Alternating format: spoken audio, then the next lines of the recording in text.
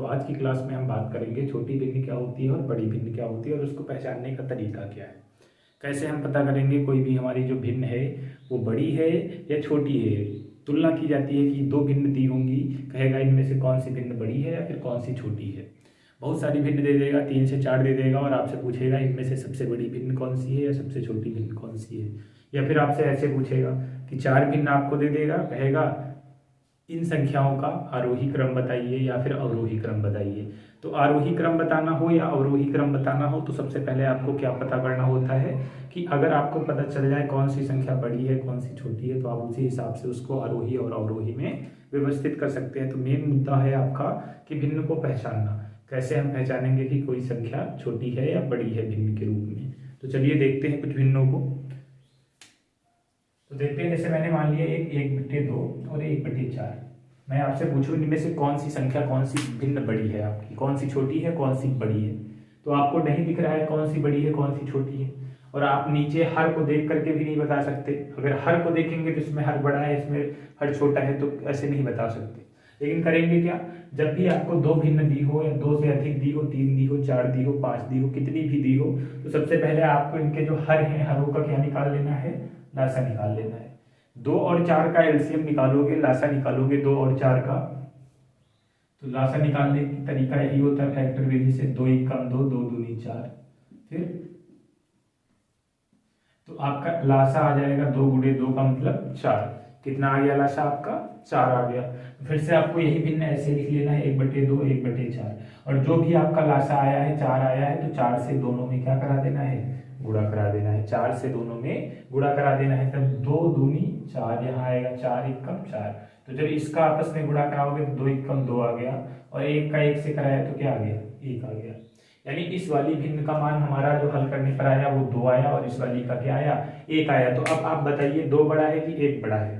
तो आपने कहा 2 बड़ा है तो ये वाली जो भिन्न है वो हमारी बड़ी है और ये वाली जो भिन्न है वो हमारी छोटी है। आपने एलसीएम लिया और एलसीएम से जैसे ही गुणा कराया, गुणा कराने के बाद आपने हल किया, वैसे ही आपको पता चल गया कौन सी भिन्न छोटी है कौन सी बड़ी है। देखते हैं कुछ और संख्याओं को।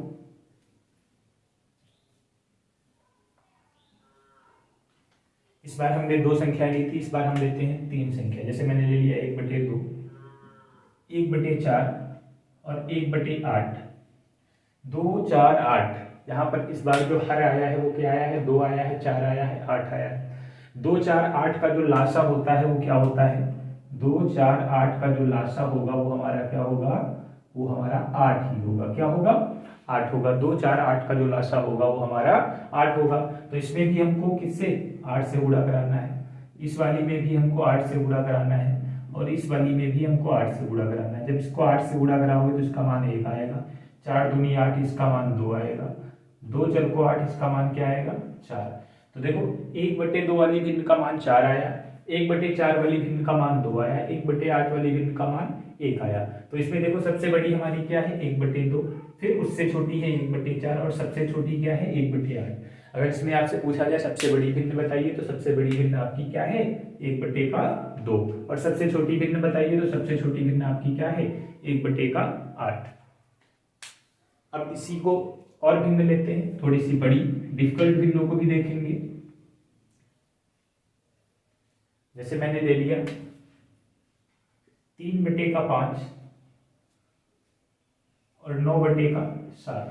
3/5 और 9/7। इसमें आपसे पूछा गया बताइए कौन सी भिन्न बड़ी है कौन सी छोटी है। तो आपको कुछ नहीं करना है, बस आपको नीचे क्या दिया है, 5 और 7। तो यहाँ पर 5 और 7 का जो लासा होगा वो क्या होगा, 5 7 का जो लासा होगा वो हमारा क्या होगा, 35 होगा। क्या होगा, 35 होगा। तो यहाँ पर भी आपको 3/5 में भी 35 से गुणा करा देना है और 9/7 में भी 35 से गुणा करा देना है। काट देते हैं, 7 1 में 7, 7 पन्ने 35, 5 बार में कट गया। 5 1 में 5, 5 7 35, 7 बार में कट गया। 7 और 3 का गुणा कराएंगे क्या आएगा, 21 आएगा। 9 और 5 का गुणा कराएंगे 45 आएगा। क्या आएगा, 45। 9 और 5 का गुणा क्या आ गया, 45। यानी 9/7 का मान 45 आया है और 3/5 का मान 21 आया। तो आप बताइए कौन सी भिन्न बड़ी है, 45 वाली बड़ी होगी कि 21 वाली बड़ी होगी। तो इसमें जो आपकी बड़ी होगी वो 45 वाली बड़ी होगी। यानी 9/7 हमारा बड़ा होगा और 3/5 हमारा छोटा होगा। समझ में आया है आपको। आया होगा समझ में। देखते हैं और प्रश्न लेते हैं।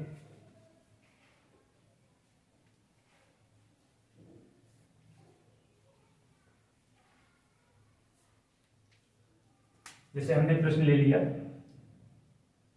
13/3, 17/2 और 9/4। क्या ले लिया? 13/3, 17/2 और 9/4।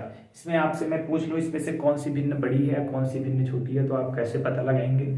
आपको करना क्या है, नीचे आपको 3 दिख रहा है, 2 दिख रहा है, 4 दिख रहा है, तो यहाँ पर आप 3, 2, 4 का क्या निकालेंगे? लासा। लासा निकालना आपको आता है, गुणनखंड विधि से आप लासा जब निकालेंगे तो इसका लासा आएगा 12। क्या आएगा लासा? 12 आ जाएगा। एलसीएम हमारा क्या आ गया? 12 आ गया। तो आप भी जान गए 12 से सब में क्या करा देना है? गुणा। ये हमारा लिखा है 13/3, इसका 12 से गुणा कराना है। ये लिखा है 17/2, इसका 12 से गुणा कराना है।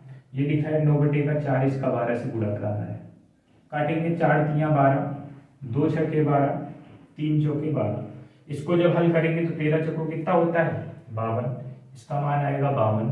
जब इसको हल करेंगे तो 17 छंग कितना? 6 7 42 का 2, 42 का 2 हासिल 4, 6 कम 6 4 10, 17 छक्का 102, फिर 9 3 का 27। आप बताइए कौन सा बड़ा है? सबसे ज्यादा बड़ा है आपका 102, और 102 का मतलब क्या? 17/2 जो होगा वो सबसे बड़ा होगा। फिर इससे छोटा कौन सा है? 52। फिर 13/3 इससे छोटा होगा, और जो फिर सबसे छोटा है वो आपका क्या है? 9/4 है। आपको पता चल गया कौन सा बड़ा है कौन सा छोटा है। इसी हिसाब से आप इनको आरोही या अवरोही क्रम में भी लिख सकते हैं। अगर आप ये निकाल पा रहे हैं कि कौन सी भिन्न बड़ी है या फिर कौन सी भिन्न छोटी है, तो आप ये भी लिख सकते हैं कि इनका आरोही क्रम कौन सा होगा, अवरोही क्रम कौन सा होगा।